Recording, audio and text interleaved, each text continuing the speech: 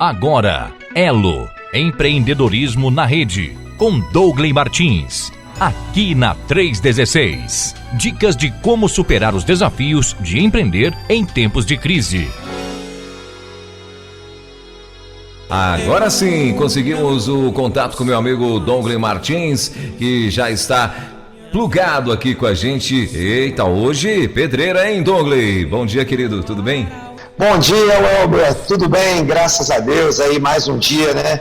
Um dia pra gente falar de coisa boa e de compartilhar a graça do Senhor. Maravilha, então hoje estamos aqui nessa terça-feira, né? Estamos nessa terça-feira e mais uma vez com o nosso Movimento Elo. Infelizmente tivemos alguns imprevistos, mas bem normal, né? Bem tranquilo, e o importante é que já estamos aqui junto com o Douglas Martins. Hoje vamos falar de valores, Welber. Hoje vamos começar uma série de duas semanas de conversa sobre a importância dos valores na organização, né? E que valores são esses e como eles estão ligados à palavra de Deus, como sempre, né? Nossa abordagem aqui trazendo uma visão sobre princípios de gestão, princípios de empreendedorismo, princípios de liderança nas nossas organizações, nas nossas empresas, mas sempre baseado em um princípio e um valor da palavra de Deus.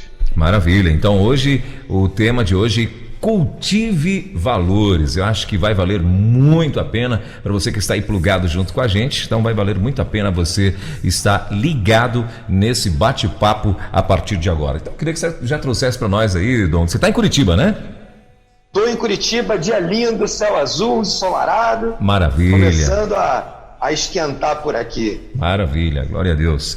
Então vamos lá, vamos trazer então Cultive Valores. Eu queria que você já trouxesse essa introdução pra gente aí. Combinado, então. Vamos lá. Eu, como sempre digo, né, valores são a base de tudo.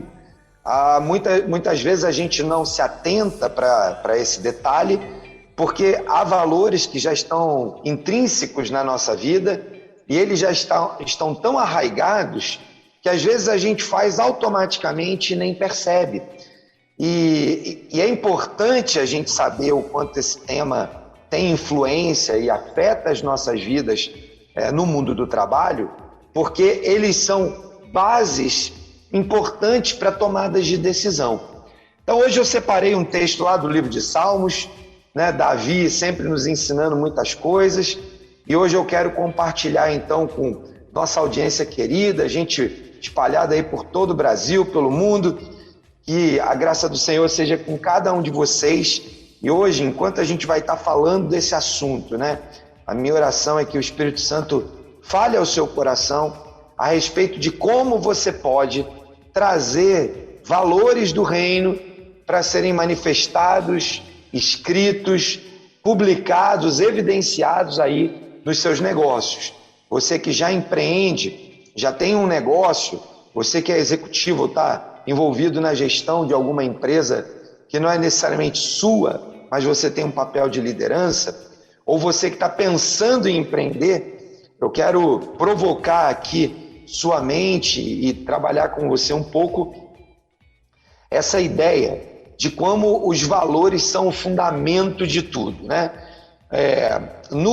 Na vida profissional, na vida executiva, no mundo dos negócios, quando nós pensamos em valores, nós pensamos numa analogia que a gente poderia fazer com uma casa. Quando você constrói uma casa, você não começa a casa do telhado para baixo. Você sempre começa fazendo a fundação, né? Ou seja, lançando ali as estacas, o baldrame, toda aquela estrutura que fica, em geral, embaixo da terra, de certa forma escondido, mas que sobre ela você pode edificar com segurança. Inclusive, há uma parábola, né, que é contada no Novo Testamento, que fala sobre isso, sobre a casa edificada sobre o fundamento. E o fundamento no mundo empresarial, nas organizações, são os valores. E normalmente os valores são referência que nós damos aos nossos times, como empreendedores, como empresários, como líderes, que vão nortear as decisões de como aquele colaborador, aquela pessoa que faz parte do nosso time, vai construir as suas decisões ou vai edificar a sua carreira naquela empresa, naquela organização. Então, valores são fundamentos. E indo lá para o texto de Salmos, né? Salmo capítulo 15, versículo de 1 a 5. Queria que você, se puder abrir a sua Bíblia aí, vai ser bênção, você poder acompanhar e também ir registrando, né? Na sua Bíblia, no seu celular, essas impressões que você vai recebendo aqui. O texto diz assim: o hóspede de Deus, Salmo de Davi. Ó Senhor Deus, quem tem o direito de morar no teu templo? Davi começa essa história com uma pergunta. Sabe aquela pergunta de alguém que está interessado em dar uma orientação, em receber uma informação para poder transmitir essa informação para frente, né? Então Davi, seu jeitão, nas suas características, ele chega diante de Deus e diz: bom, quem tem o direito de morar no seu templo? O templo naquela época, se a gente lembrar bem, né? Era uma tenda, ela era móvel, não tinha ali uma estrutura assim muito robusta. Davi tinha todos esses planos ali da construção do templo, né? Tinha aí o processo do primeiro templo, e ele começa então a se interessar por isso. Quem é que vai então morar ali, né? A segunda parte e a segunda pergunta é: quem pode viver no teu santo monte? Então também havia naquela época uma ideia de que Deus habitava no monte, na parte de cima, no alto, né? E então Davi pergunta: quem pode então viver no Monte Santo, naquele lugar onde Deus habita? Como é que eu posso conviver com a presença de Deus no templo e no monte? Essa era a dúvida do coração de Davi. O versículo 2 continua dizendo: só tem esse direito aquele que vive uma vida correta, que faz o que é certo e que é sincero e verdadeiro no que diz. Davi, a gente aqui não sabe exatamente qual é o tempo, né, entre as perguntas que Davi fez para Deus e a conclusão que ele chega, porque ele, aqui no texto parece que é ato contínuo, né? Ou seja, ele faz a pergunta e ele mesmo dá a resposta. Mas talvez, né, na nossa mente, a gente talvez tenha que imaginar, quando a gente lê o texto, que há ali um diálogo, né? Talvez, quem sabe, Davi estava ali naquela campina, olhando para o céu e falando: Deus, então todos esses sonhos, desejos, projetos, está aqui a arca, está aqui a tenda, tem o projeto, o sonho do templo, tá? Quem vai ter direito de habitar nesse lugar, né? Quem pode viver no teu santo monte? E ele mesmo então dá a resposta que eu imagino que é a resposta do Espírito de Deus, confirmando, colocando uma impressão e dando a Davi as primeiras direções, né, a respeito de valores fundamentais que Deus queria estabelecer para a convivência naquele ambiente. Então, ele vai ali então trabalhando essa questão, começando por um aspecto do comportamento, ou seja, aquele que vive uma vida correta, que faz o que é certo, que é sincero e verdadeiro no que diz.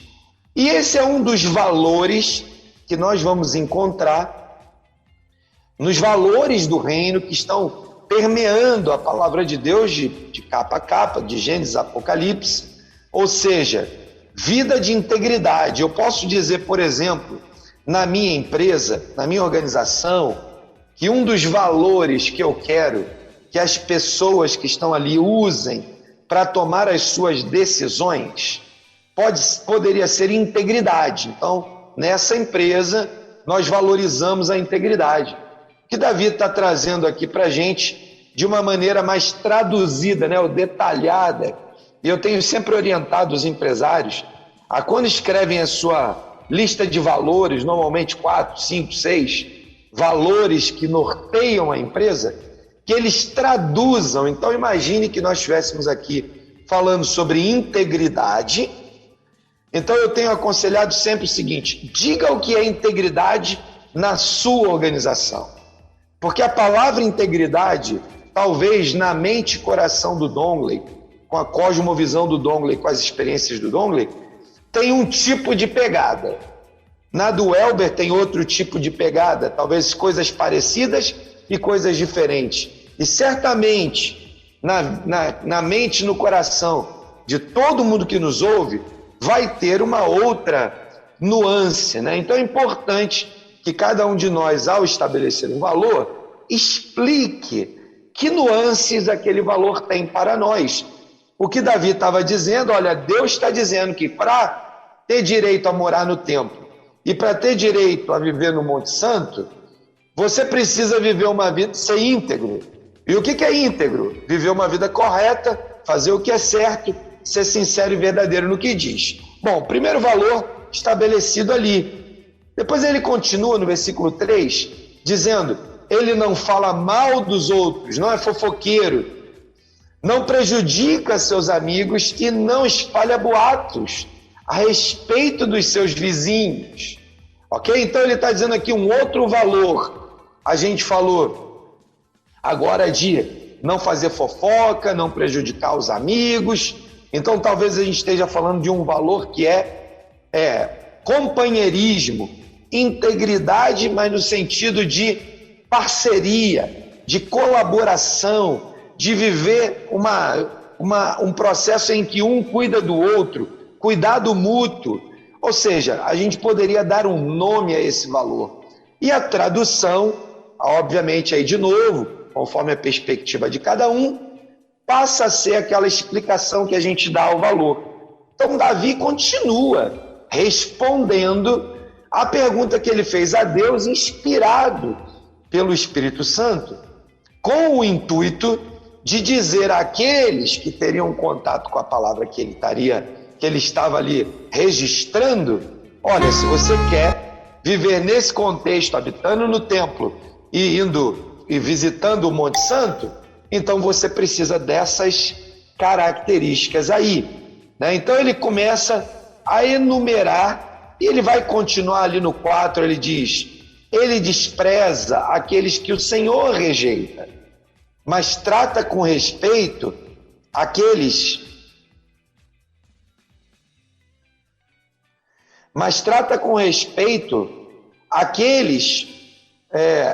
que o temem.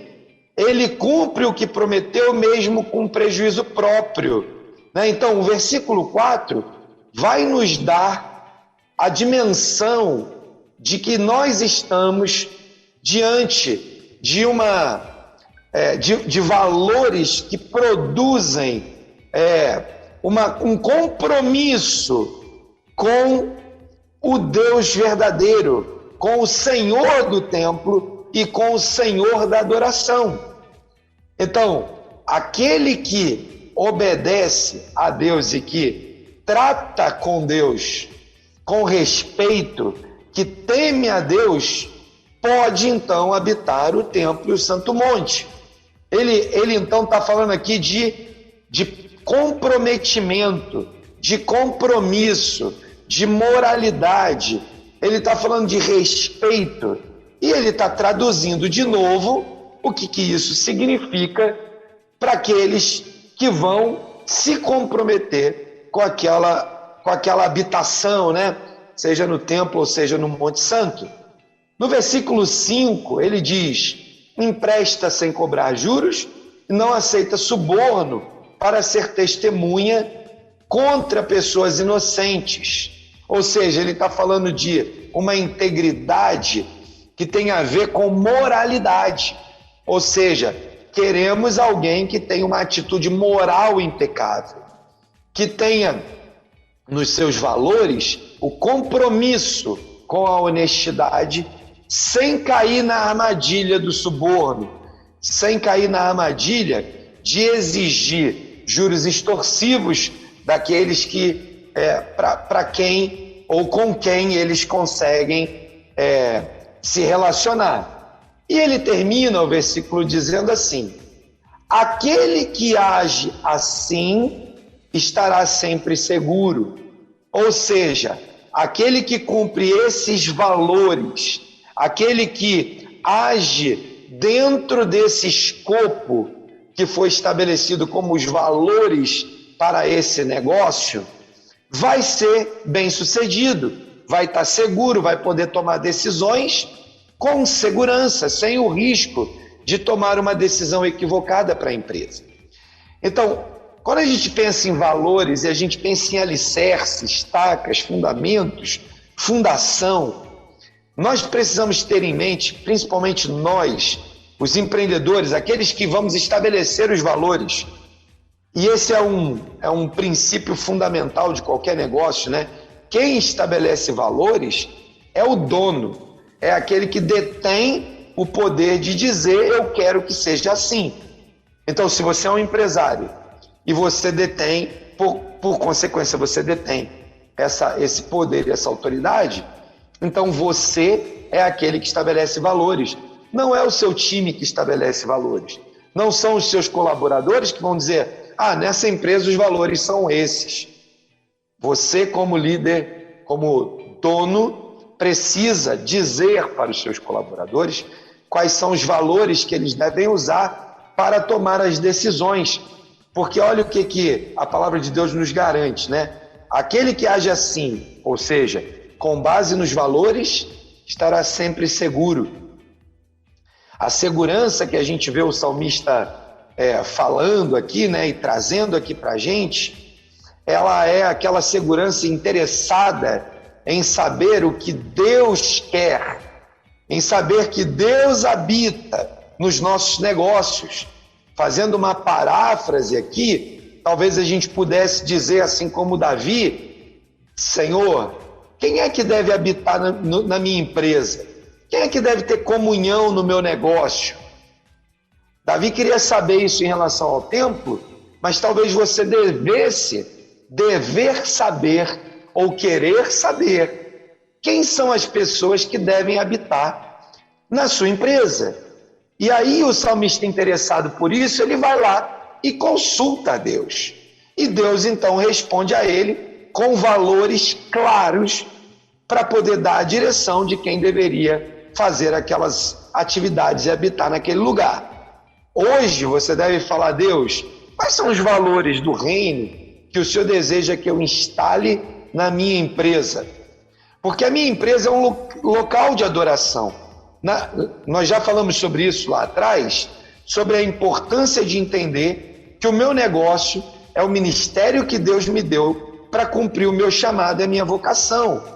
Logo, o local de adoração máxima é o lugar aonde eu fui chamado também para adorar. Eu não estou tirando com isso daqui, né? Já falamos também amplamente sobre isso.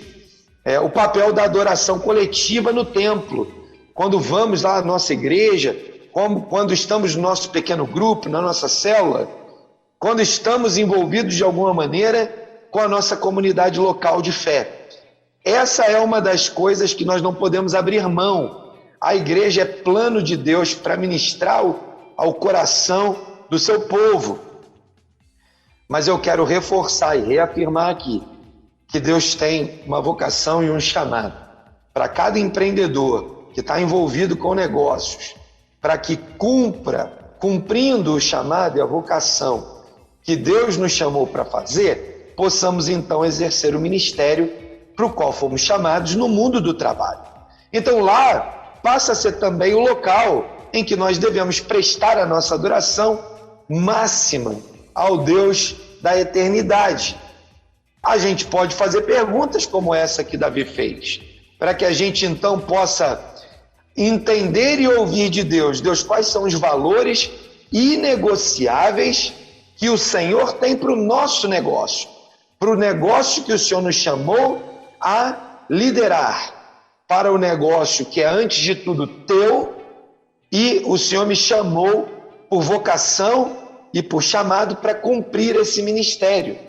Então, temos interesse em saber do Senhor quais são os valores que vamos usar aqui na nossa empresa. E aí, então, Deus vai começar a dizer ao servo que integridade na conduta é importante, praticar a justiça e falar a verdade também é importante, que nós devemos cuidar de não falar mal do próximo e não caluniar ninguém, que a gente deve valorizar o temor do Senhor mais do que o sucesso e as aparências, que a gente tem aqui um compromisso de manter uma palavra dada. Se você se comprometeu com o seu cliente, com o seu fornecedor, com o seu colaborador, sua palavra tem que ser sim, sim, não, não. Não dá para dizer uma coisa hoje e amanhã outra. Não aceite, suborno que vai prejudicar. Não aceite suborno nenhum, porque isso vai prejudicar a você mesmo e os outros. Não pode ser compassivo com isso de forma alguma.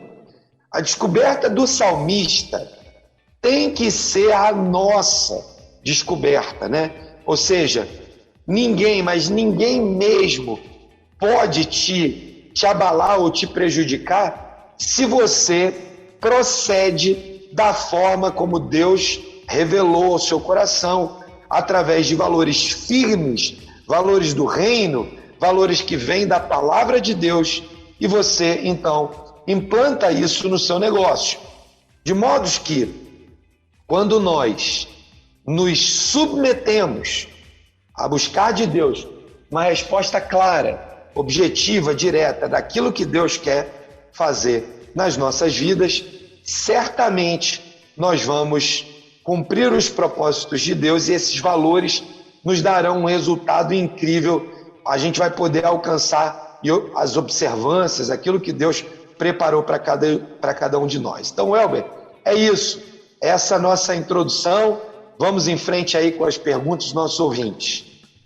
Maravilha, são 10 horas e 36 minutinhos, estamos ao vivo com o Douglas Martins, aqui no nosso Movimento Elo, ao vivo, aqui pela Rede 316, inclusive o nosso WhatsApp está liberado aqui, se você tiver alguma dúvida, quiser também participar desse bate-papo. Hoje estamos falando aí sobre cultivar valores, dentro da empresa, dentro da equipe, e a pergunta aqui, Douglas, a primeira que eu quero fazer para você é o seguinte: como deixar claro a todos os integrantes do time, quais são os valores de cada um, inclusive da empresa, ou seja, dos líderes, dos liderados e da empresa?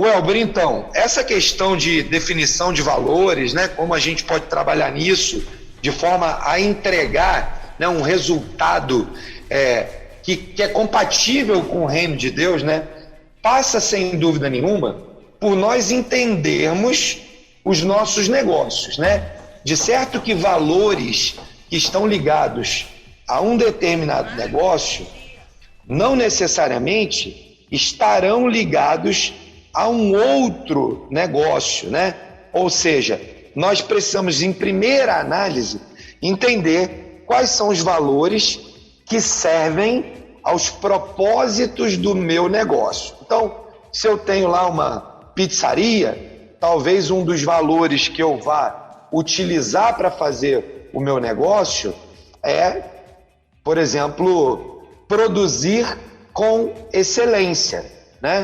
Fazer com que o cliente se sinta encantado.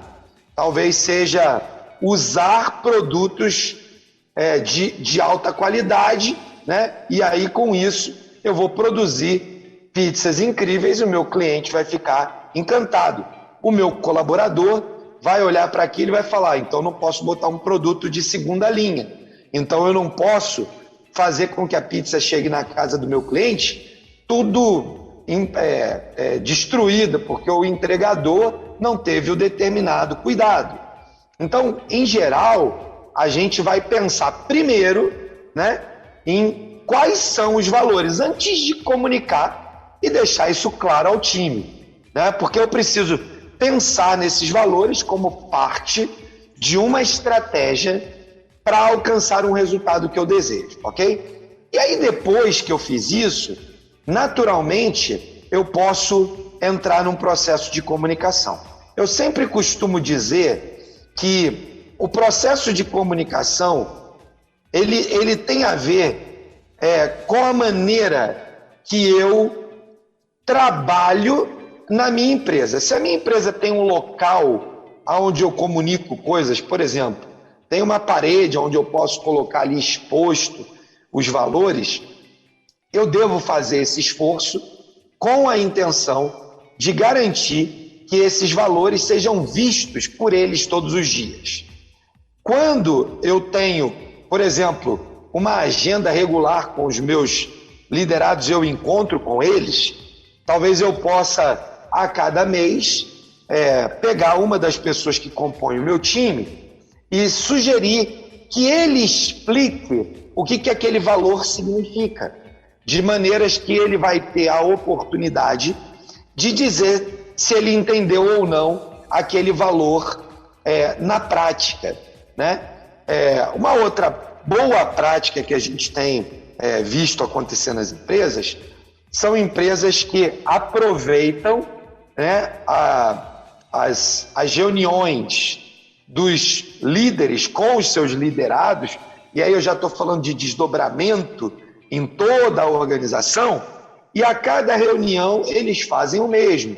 Chamam um colaborador e falam: gente, hoje a gente vai revisitar os valores que nós temos. Então, essa resposta eu quero dividir em antes da definição dos valores, ou seja, você precisa sentar, falar com Deus, entender o seu negócio, entender que valores fazem parte ou serão parte da deliberação que você vai tomar, né, junto com o seu sócio, com a sua sócia, se for uma empresa familiar, com esposa, esposa, mas a deliberação que você vai tomar a respeito de que valores servem a este negócio.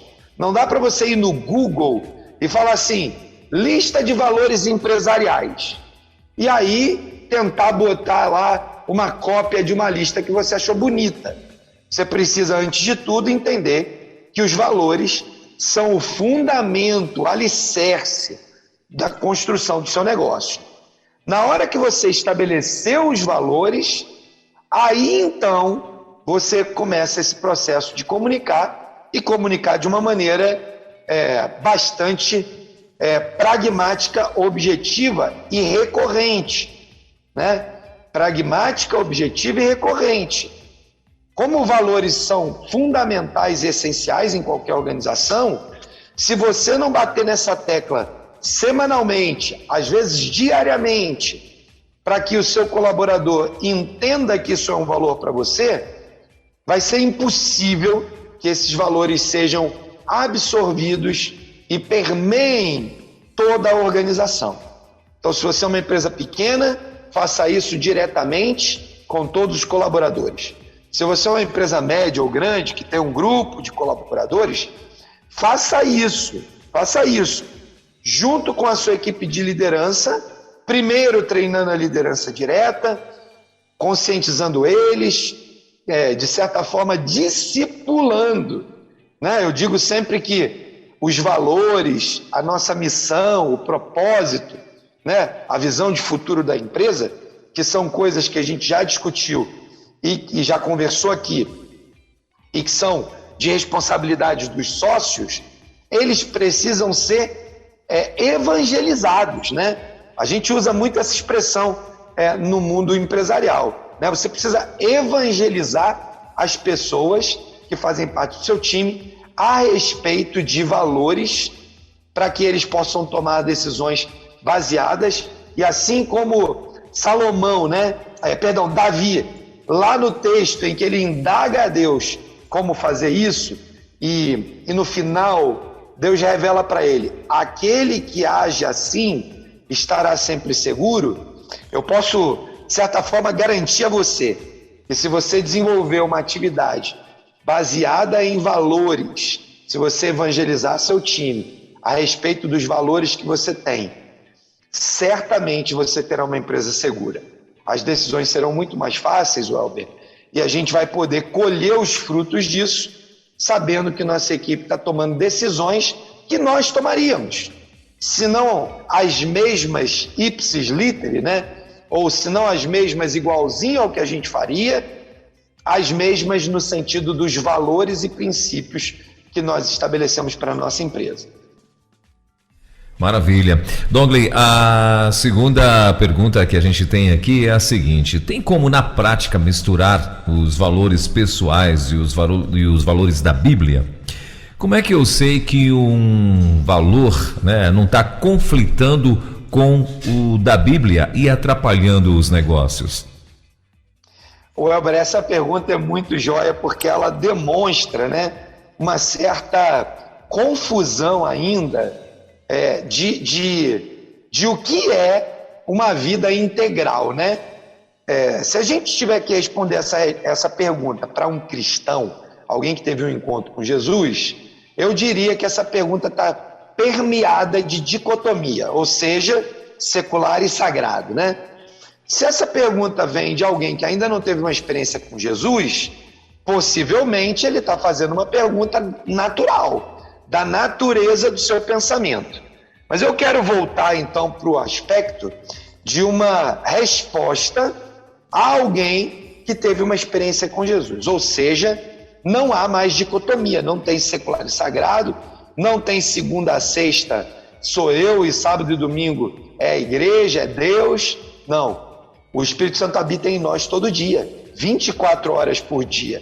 Então não há uma diferença entre valores pessoais e valores da Bíblia. Se você está vendo esse tipo de diferença na sua vida, meu irmão, minha irmã, você precisa rejeitar, em nome de Jesus, a diferença que há. Porque no fundo, alguém que teve uma experiência com Jesus só tem valores da Bíblia, né? A palavra de Deus e o Espírito Santo que habitam em nós fazem com que as nossas decisões sejam baseadas na palavra de Deus. O próprio salmista diz: guardei a tua palavra no meu coração para não pecar contra Deus. Ou seja, quando nós guardamos a palavra de Deus no nosso coração, não haverão valores pessoais e valores bíblicos, né? Porque os valores bíblicos habitarão em nós por conta da palavra de Deus e do Espírito Santo de Deus e corrigirão valores pessoais distorcidos. E eu então vou ter a mente de Cristo. Com a mente de Cristo, então eu pensarei como Cristo pensaria. Eu agirei como Cristo agiria. Então, na prática, há valores pessoais e valores da palavra de Deus para um cristão transformado, alcançado por Jesus, maduro na fé e que tem convivência com a palavra de Deus. Não há separação, não há diferença, né? E quando há diferença, o que nós procuramos fazer? Oramos, pedimos perdão, pedimos conversão da nossa mente. Lembra que Paulo escreve aos Romanos, para eles não se amoldarem aos padrões desse mundo, antes de tudo que se convertam e tenham o padrão, a forma, entrem na forma de Cristo, de modo que a gente precisa, de fato, dos valores de Cristo, dos valores do reino, que são obtidos através da palavra de Deus, para que a gente possa ter uma vida não dicotômica ou não segregada, sem a ideia de que há algo secular e algo sagrado. E isso tem destruído a vida de muitos empreendedores. Eu tenho acompanhado a dificuldade que esses empreendedores têm encontrado para entenderem aquilo que Deus quer que eles façam, para cumprirem o chamado, a vocação e o ministério que Deus nos deu para o mundo do trabalho, por uma razão muito básica, simples, que infelizmente, ao longo dos anos, a gente não tem sido ensinado, né? Infelizmente, eu não quero aqui ficar criando nenhum tipo de polêmica ou confusão eclesiológica, né? Com a pregação na igreja e tal, mas nós precisamos ampliar a nossa, eu conclamo, né? Eu peço pela graça de Deus que cada vez mais os pastores, os líderes nas nossas igrejas preguem o evangelho sem segregação, preguem o evangelho, ensinem aos empresários, empreendedores, discipulem cada um deles para cumprirem o seu chamado, sua vocação, o sacerdócio que receberam, o ministério que receberam de Deus, sem separação entre secular e sagrado. Os negócios não são seculares, os negócios são sagrados. Os negócios que Deus nos deu são um ministério sagrado para Deus, para que nós possamos impactar efetivamente a vida de milhares de pessoas. E aí, para os irmãos que têm recebido esse tipo de pregação na sua igreja e não têm cumprido isso, a minha palavra para você é uma palavra de arrependimento. Está na hora de confessar o pecado, deixar isso para trás e falar: Senhor, me capacita para assumir a minha vocação, o meu chamado e o ministério que o Senhor me deu para alcançar pessoas através dos meus negócios. Nós temos falado aqui, semana após semana, do potencial, da quantidade de pessoas, do impacto que a gente tem no mundo do trabalho e quantas pessoas a gente se relaciona todos os dias em que a gente pode, de alguma maneira criativa, levar o evangelho a essas pessoas para que elas saibam quem é Jesus e o quanto os valores do reino podem transformar a vida daquelas pessoas. E como consequência disso, teremos uma empresa que cumpre o seu ministério, que alcança vidas através desse ministério e integra essas pessoas em alguma igreja local para que elas continuem sendo ministradas através do ministério da igreja local. Então é uma combinação, é um trabalho conjunto, não é uma separação entre ministério na igreja e ministério na empresa, né? Os empresários que melhor têm entendido isso, têm aprendido que eles precisam cumprir o seu ministério na empresa, mas também precisam cumprir o seu chamado e ajudar e apoiar o ministério na igreja local. Essa é uma dobradinha muito importante que precisa ser cumprida de forma urgente.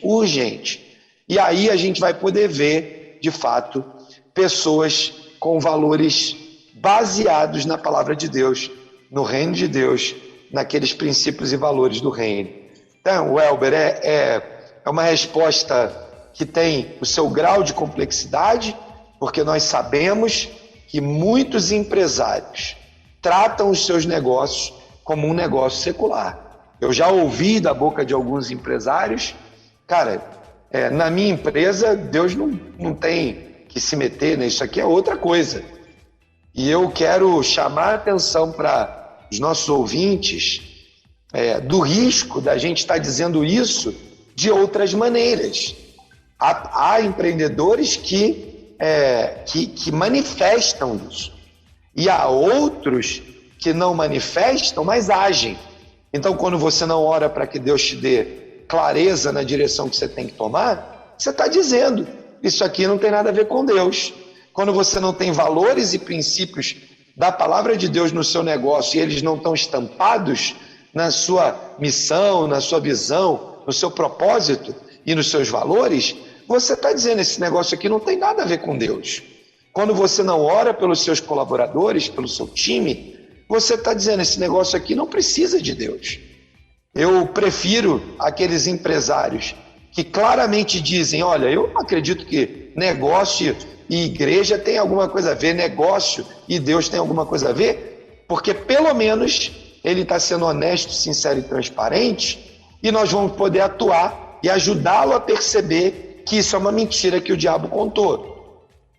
Aqueles que às vezes põem uma capa de santo, né, que levam os seus negócios até falando, né, mas na hora de traduzir isso para dentro do seu negócio não fazem, são mais difíceis, porque ele tem uma aura de santidade e não necessariamente uma prática de ministério, transformando sua empresa em uma empresa do reino. Então eu queria que você, meu irmão, que está ouvindo isso hoje, né, e que vai ouvir depois aí na sequência, nas nossas plataformas, que você realmente olhe para o seu coração, olhe para o dia a dia do seu negócio e veja se você está colocando em prática esses valores do reino e que vão transformar a sua vida, a vida dos seus colaboradores e a vida da sua organização. Isso aí, Welber. Maravilha, são 10 horas e 54 minutos. Dongley, tem mais uma pergunta aqui. E é a seguinte: por fim, dinheiro, no sentido de lucro, entra em conflito com o valor cristão? Qual é o limite, meu irmão? Rapaz, eu tenho estudado bastante esse assunto do dinheiro, né, no reino.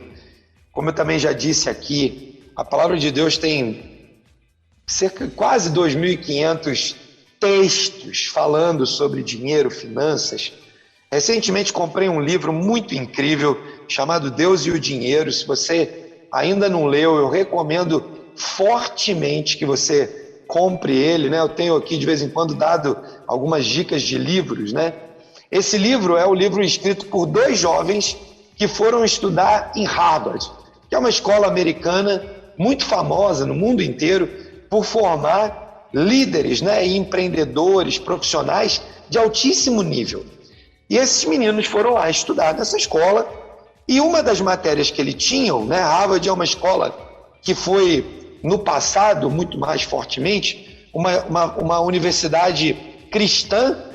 Hoje, todas essas universidades, escolas confessionais perderam um pouco sua força, mas a Harvard mantém uma área lá dentro que é uma área ligada a estudos sobre princípios e valores do reino, né?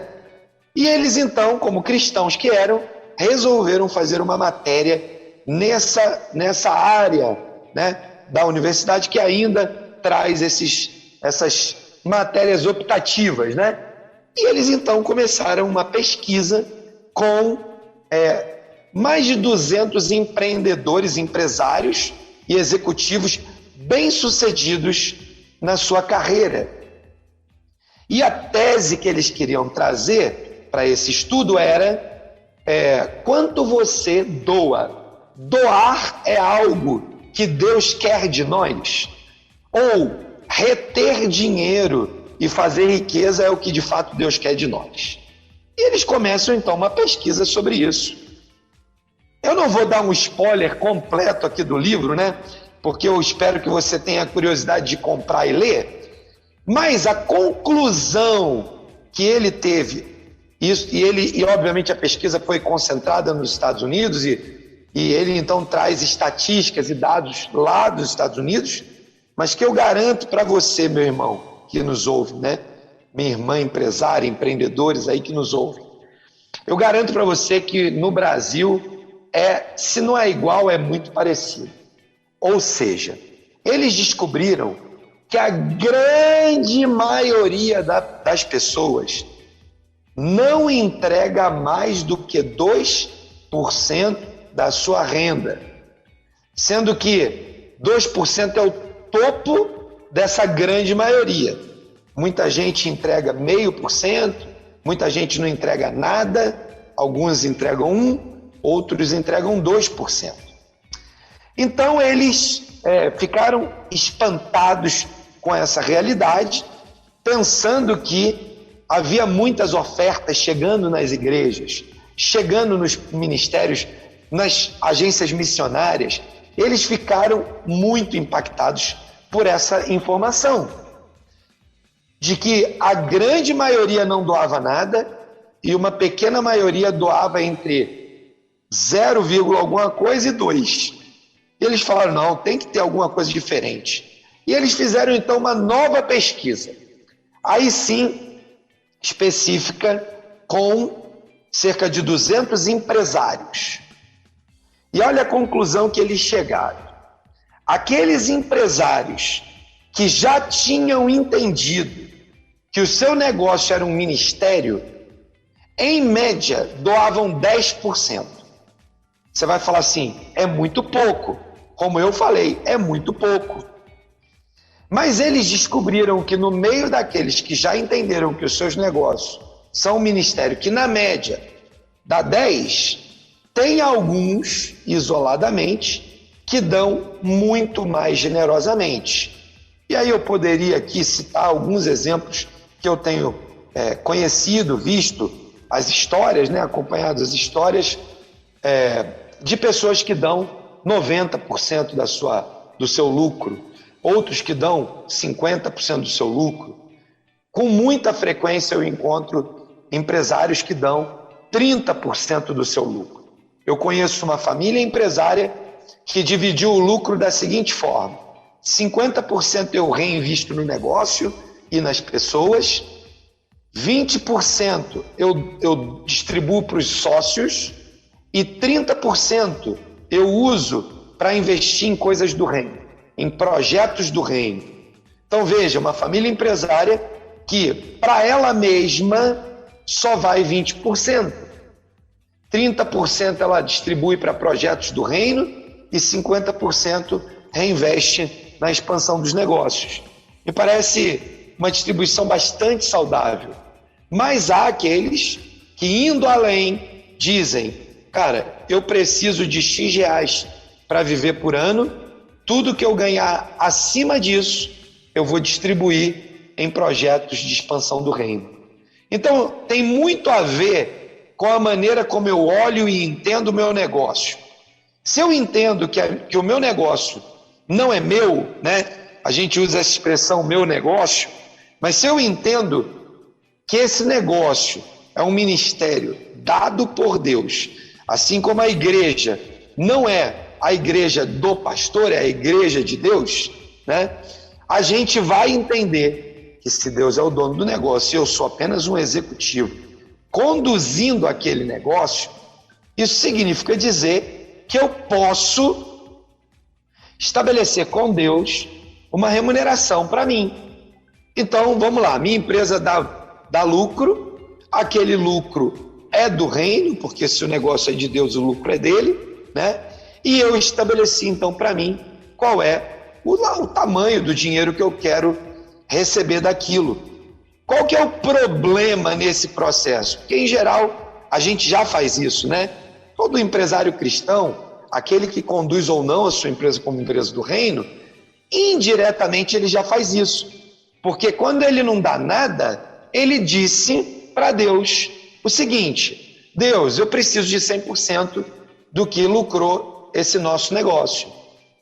Aquele que dá 10, ele diz: Deus, eu vou te dar 10 e eu quero ficar com 90. Aquele que dá 50, ele está dizendo: Deus, toque 50, eu preciso ficar com 50.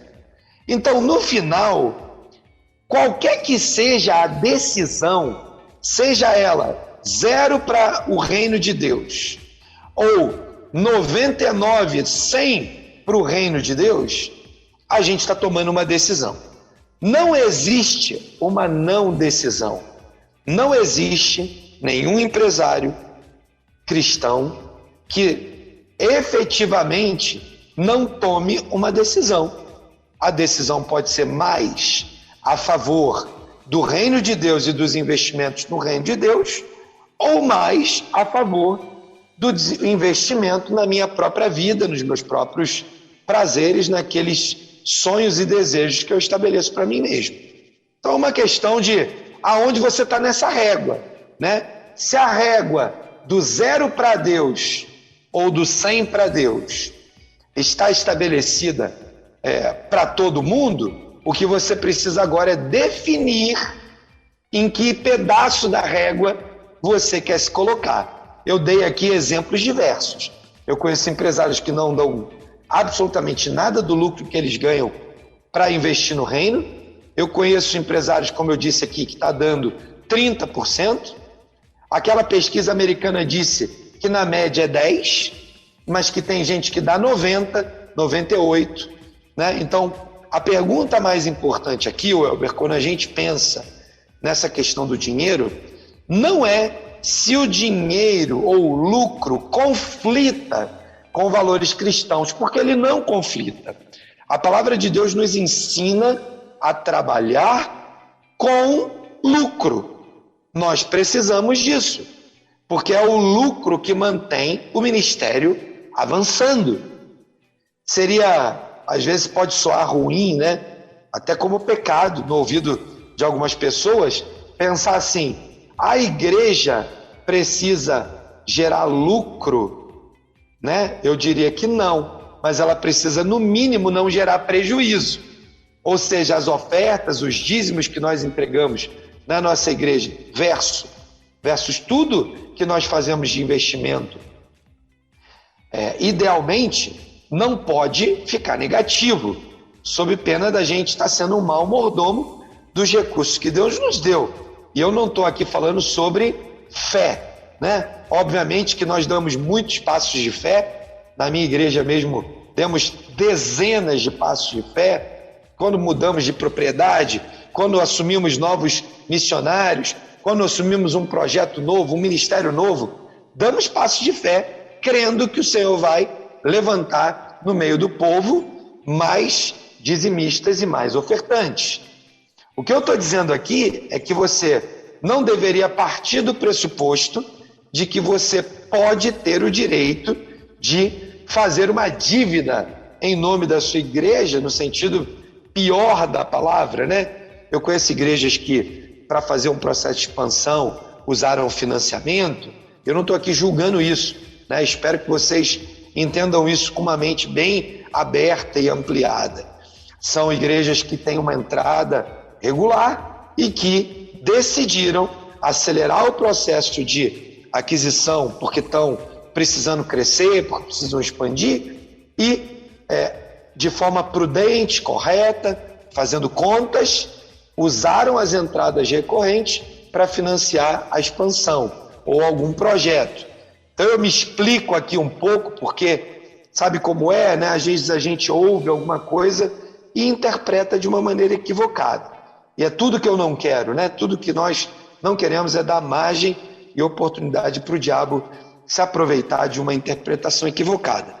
E eu finalizo aqui nessa conversa, se o dinheiro, no sentido do lucro, conflita com os valores do reino, com os valores do evangelho, afirmando que não, reforçando a ideia de que nós precisamos olhar a régua do lucro e dizer: Deus, isso aqui é 100% do Senhor ou 0% do Senhor.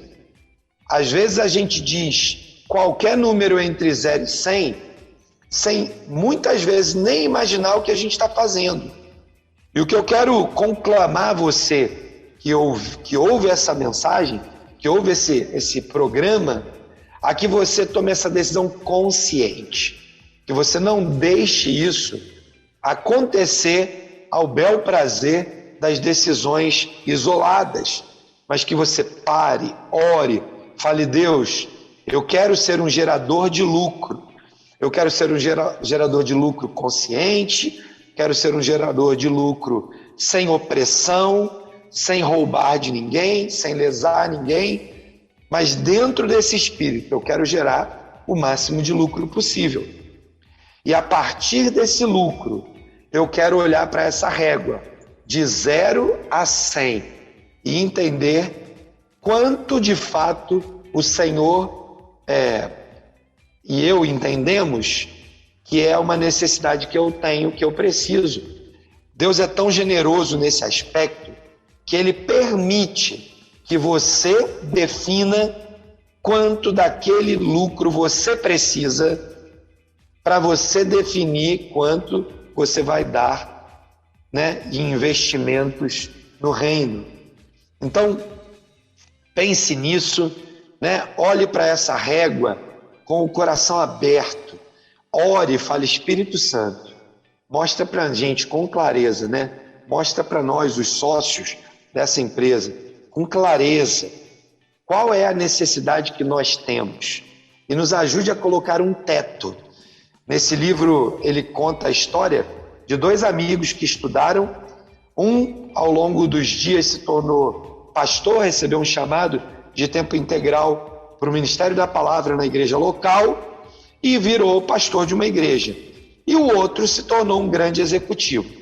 E os dois, antes da carreira e dos avanços das carreiras, combinaram um com o outro dizendo o seguinte: quanto que nós precisamos de teto para ter uma poupança que garanta a nossa velhice de uma maneira saudável e decente e digna. E aí os dois combinaram lá um valor. E periodicamente um conversava com o outro para perguntar se o outro já tinha chegado naquele lugar.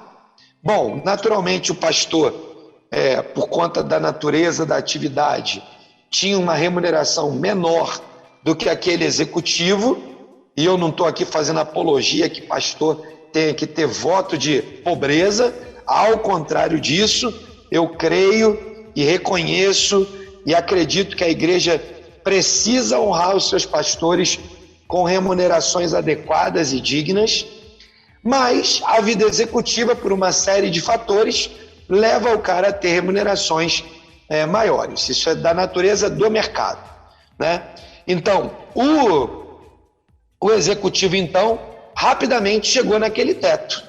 E um dia, numa dessas conversas em que os dois faziam lá um acompanhamento mútuo, né? Eles se cobravam, prestavam contas um ao outro, o pastor perguntou para ele: e aí, cara, pelo que eu tenho visto, pelo mercado, pelo que você faz, você já deve ter chegado lá no teto que nós conversamos e combinamos. Aí ele falou: ih, rapaz, você não sabe de nada.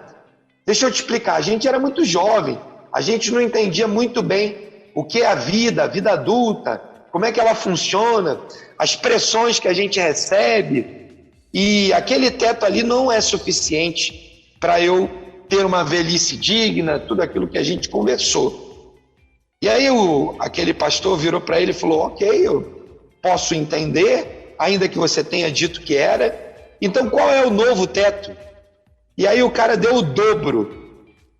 Passados uns anos, chegou naquela meta, e mais uma vez naquelas conversas deles de companheiros, de prestação de contas, o empresário, né, aquele profissional disse para o pastor mais uma vez, né, sabe que aquele número que eu te dei, cara, eu não tinha a menor noção de que era aquilo e tal. E aí o pastor falou para ele: ok, qual é o próximo número? E aí ele estabeleceu um novo número, e mais uns anos ele chegou naquele novo número, e naquela conversa entre eles, o pastor falou assim: olha, eu não vou te perguntar mais, né, eu não vou te cobrar mais sobre isso, porque eu entendo que você está consumido por essa mentira, né? E você vai ter sempre uma necessidade maior. Muitas vezes o que acontece na nossa vida é que nós estabelecemos alvos com Deus, necessidades, e quando chegamos nela, parece que nós criamos novas necessidades.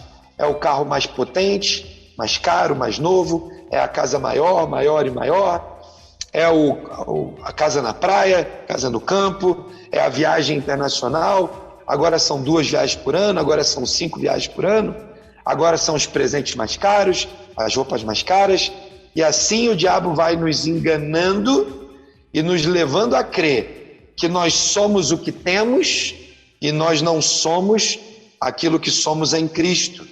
E por isso o dinheiro se torna senhor, como Jesus fala na parábola, e ele diz: vocês não conseguirão servir a 2 senhores. E eu encerro aqui essa fala não dizendo, não quero que ninguém tenha a impressão de que eu estou aqui proliferando ou compartilhando ou evidenciando qualquer coisa de teologia da libertação, voto de pobreza, nada disso. Eu quero que você entenda que se o Senhor te chamou para ter uma empresa próspera, ganhar bastante dinheiro, possivelmente a régua da sua necessidade é um pouco maior do que aquele que tem uma empresa menor, que tem menos crescimento financeiro. Eu não tenho nenhuma dúvida disso. As réguas são diferentes para cada pessoa. Cada pessoa precisa estabelecer essa régua. E o mais legal de tudo isso é que Deus não pôs uma régua na palavra. Ele não foi lá e disse: a régua é essa. Agora, A Bíblia diz e estabelece parâmetros com os quais eu devo viver. Então, por mais que a Bíblia não diga que a sua régua é 100 mil, 1 milhão, 10 milhões ou 100 milhões, a Bíblia estabelece um estilo de vida que a gente deve observar ao longo da nossa vida, ok? Então eu encerro aqui, Welber, essa resposta, né, chamando a atenção dos nossos ouvintes, dos nossos queridos empresários, empreendedores, para que não se enganem e não se comprometam em deixar que o engano roube de nós o prazer de vivermos uma vida plena na palavra de Deus, com muito lucro, com réguas diferentes e compromissos diferentes, mas um compromisso estabelecido entre eu, você e aquilo que Deus nos chamar a fazer. Maravilha, Dongley. Então é isso, olha, cultive valores. E na semana que vem a gente vai continuar falando sobre esse tema, não é isso, Dongley? É isso mesmo. Vamos falar um pouco sobre valores nas empresas, né? Aprofundar um pouquinho mais esse detalhe, mas queremos falar exatamente mais um pouco sobre valores, dado que esse tema é tão importante e tem tanto desdobramento na nossa vida e no ministério nas nossas empresas. Maravilha. Dongley, mais uma vez a gente quer agradecer aí a tua participação junto com a gente aqui na Rede 316. Mais uma vez o Movimento Elo acontecendo ao vivo, né? Isso é muito bacana, tem muita gente, sempre a gente recebe um feedback muito legal dos nossos ouvintes, né? E claro, cada dia que passa, mais pessoas chegando na Rede 316 e podendo ser alcançada também pelo nosso Movimento Elo, que acontece toda terça-feira. Quero te agradecer mais uma vez em nome de toda a equipe e terça-feira, permitindo Deus, estaremos de volta aí. Amém, isso aí, estamos juntos. Semana abençoada para todos os nossos ouvintes, que o Senhor seja conosco. Valeu, obrigado, Dongley. É isso aí, gente. Então esse foi o nosso Movimento Elo, meu irmão. Então a primeira parte aí hoje do tema Cultive Valores. Semana que vem tem mais. É a segunda parte aí desse tema que tenho certeza vai abençoar muito aí a sua vida. Elo, empreendedorismo na rede, com Douglas Martins. Baixe agora os podcasts em nossa plataforma rede316.com.br. Dicas de como superar os desafios de empreender em tempos de crise.